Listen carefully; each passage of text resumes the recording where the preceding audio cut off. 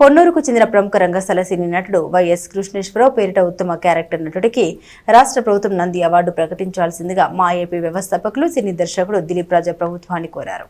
స్థానిక మా ఏపీ ప్రధాన కార్యాలయంలో బుధవారం రంగస్థల సినీ రంగ సవ్యసాచి వైఎస్ కృష్ణేశ్వరరావు సంతాప సమావేశానికి వర్ధమాన మహిళా దర్శకురాలు నాగశ్రీ అధ్యక్షత వహించారు. నటన రచన రెండు కళ్లుగా భావించిన కృష్ణేశ్వరరావు మరణం తెలుగు రంగస్థలానికి వెండి తెరకు తీరని లోటని దిలీప్ రాజా తెలిపారు. రోజు చేస్తున్న మనిషి గొంగలి పురుగు కాళ్ళు కడిగిన చేతులు నాటికలు ఆయన కళానికి సవాలుగా నిలిచాయన్నారు.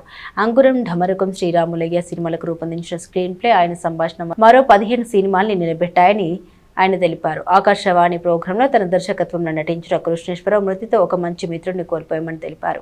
సమావేశంలో నటుడు రమ్య రాథోడ్, స్టైల్ రవి, సముద్రాల శ్రీధర్ శర్మ, పసుపులెడ్డి సుందర్రావు మాట్లాడారు. ముందుగా కృష్ణేశ్వరరావు చిత్రపటానికి పూలమాల వేసి నివాళులర్పించారు.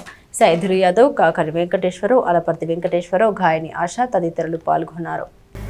రాత్రి రంగస్థలానికి రాధేయుడు లాంటి వాడు ఎక్కడికి వెళ్ళినా నాటకాల పోటీలు జరిగితే అక్కడ తనకంటూ ఒక ప్రత్యేక స్థానం కల్పించుకొని ప్రైజ్ కొట్టుకుని వెళ్ళేవాడు. సినిమా నటుడు, సినిమాలకి సంభాషణ రచయిత, మరి ముఖ్యంగా మన తెనాలి రెవెన్యూ డివిజన్ పొన్నూరుకు చెందిన వైఎస్ కృష్ణేశ్వరరావు గారు రాత్రి చనిపోవటం జరిగింది. వాస్తవంగా మా ఏపీ తరఫున ఆయన మృతికి మేము ప్రగాఢ సంతాపాన్ని తెలియజేస్తున్నాము. అలాగే ఆయన కుటుంబ సభ్యులకు కూడా సంతాపం తెలియజేస్తున్నాము. పోయినోళ్ళు ఉన్నోళ్ళకి తీపి గుర్తులని ఒక మహారచయిత చెప్పినట్టు నేను ఒక 10 days బ్యాక్ కూడా కృష్ణేశ్వరరావు గారితో మాట్లాడా. నాగశ్రీ గారి సినిమా గురించి స్టోరీ డిస్కషన్ పిలుద్దామంటే ఎట్లా బాగాలేదు దిలీప్ అన్నాడు. నాకు మంచి మిత్రుడు, ఓ మిత్రుని కోల్పోయాను. నేను ఏ స్టోరీ తీసినా ముందు మేమిద్దరం డిస్కస్ చేసుకుంటాం. కృష్ణేశ్వరరావు నేను ఇది ఎట్లుంది దిలీప్ ఎట్లుందా, అఫ్కోర్స్ వయసులో నాకన్నా పెద్దోడైనా మేము పేరు పెట్టి పిలుచుకుంటాం. చాలా మంచివాడు. అతని నేను 1989లో అంబేద్కర్ కాలేజీలో అంబేద్కర్ కళా పరిషత్ అని ఒక నాటక పోటీలు పెట్టి అప్పుడు అతను రోజు చస్తున్న మనిషి అని ఒక నాటకం తీసుకొచ్చి వేశాడు. అప్పుడు అతని నటనలో విశ్వరూపాన్ని నేను చూశాను. రోజు చస్తున్న మనిషి అనే నాటిక, తర్వాత గొంగళ పురుగు అనే నాటిక, తర్వాత కాళ్ళు గడిగిన చేతులు అనే నాటిక.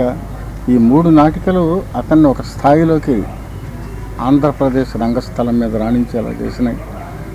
నేను ఐఎమ్ అపీలింగ్ ది గవర్నమెంట్, ప్రభుత్వానికి నేను మనవి చేస్తా ఉన్నా, రేపు నంది అవార్డులు ఎప్పుడైతే ప్రభుత్వం ఇస్తుందో అప్పుడు ఉత్తమ క్యారెక్టర్ నటుడికి కృష్ణేశ్వరరావు గారి పేరిట ఒక స్మారక అవార్డు ఆయన పేరుతో ప్రతి సంవత్సరం ఇవ్వాల్సిందిగా నేను ప్రభుత్వానికి కూడా విజ్ఞప్తి చేస్తూ ఉన్నా.